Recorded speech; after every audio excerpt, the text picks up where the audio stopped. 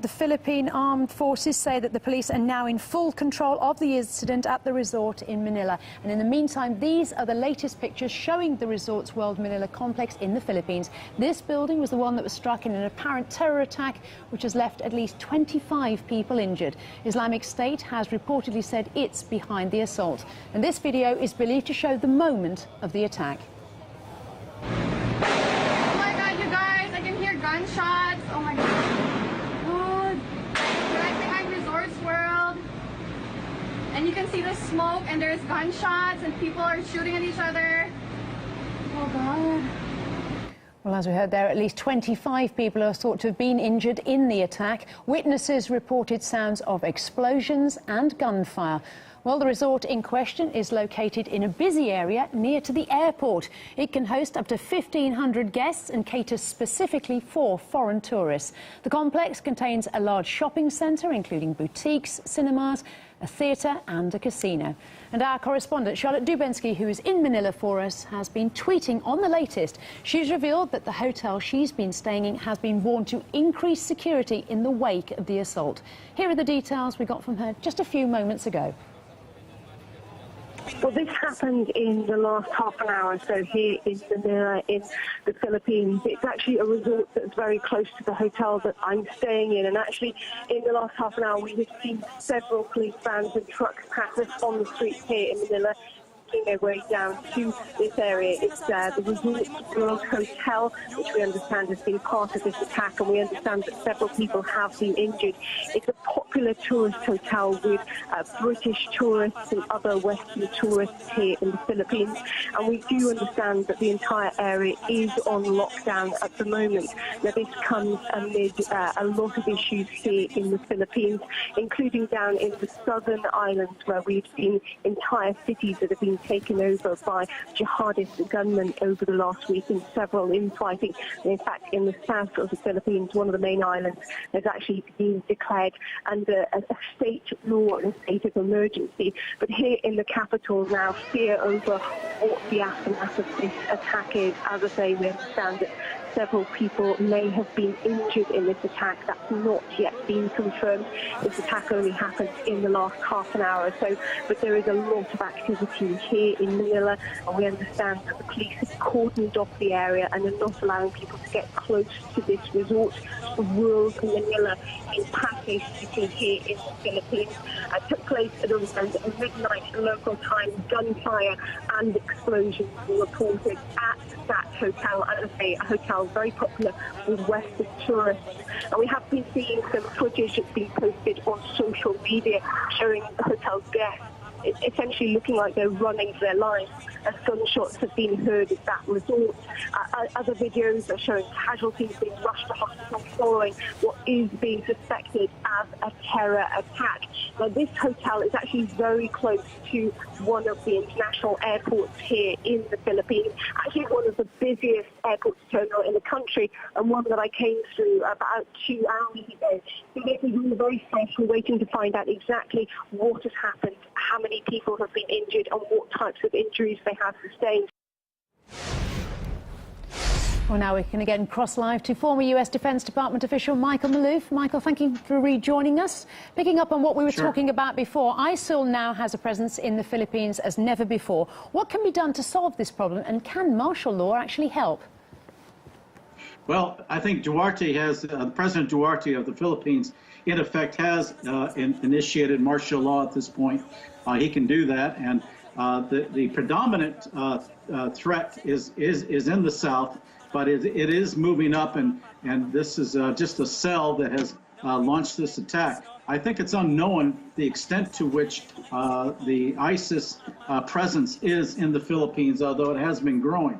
And you have a lot of disgruntled groups and other jihadi Salafist groups that are in the Philippines. They're small cells, but they could be starting to unite and starting to offer ISIS a whole new venue. ISIS's threat to the Far East has been known for some time, from South Asia into East Asia, and we're seeing that as its own caliphate begins to, has basically disintegrated, except for Raqqa and Mosul. But but as that caliphate has disintegrated, we're going to be seeing more ISIS activities in terms of insurgency attacks, principally in major cities, and with places like the Philippines, they're not expecting anything like this, and they don't have the people are not geared for it, and so it's very shocking to say the least in this predominantly Catholic country. Well, why, in your opinion, then, could they have chosen such a particular target for the attack? I mean, it's a hotel resort. Do you think it's because there are predominantly a lot of foreigners there? Well, not only a lot of foreigners, it's like the Sin City of Manila, if you will, because of the gambling and the night clubbing and other night social activities. This is absolutely anathema to the extremist Salafist thinking and interpretation of the Quran. So, and that's why we've heard recent reports, for example, in the United States, that Las Vegas, which is a major gambling capital in the United States, is also on much higher alert. They've had some tips in recent days through law enforcement channels. So they have heightened their alert system as well, because in the past, Al-Qaeda and ISIS have always looked upon locations such as Las Vegas as absolutely immoral and against the teachings of the Prophet Muhammad in their interpretation. Well, given what you just said, do you therefore think that this was perhaps a security failure? I mean, hotels usually have heavy protection and guards, and especially after martial law was introduced. Well, hotels generally have some security, but when you have an onslaught of an overwhelming force like this with automatic weapons, there's no amount of protection that you can offer short of a martial law. Now, they should have been much more on a much higher state of alert in the capital itself, in light of the what happened just yesterday in Kabul and Baghdad before that, Manchester, and also in the southern part of the Philippines. There should have been much greater alertness and force on the streets, because that kind of an awareness, that kind of presence tends to deflect a little bit of the desire to want to launch attacks. But in this case, they weren't doing it. And it's like business as usual, and that you can't do that under this condition. Then also, do you think going forward then, do you think now that the Philippines has declared war on ISIL that we could see more attacks? Oh, I think they have. I think President Duarte has made it very clear that he's not going to put up with it. He's not going to spare them in any way, shape, or form.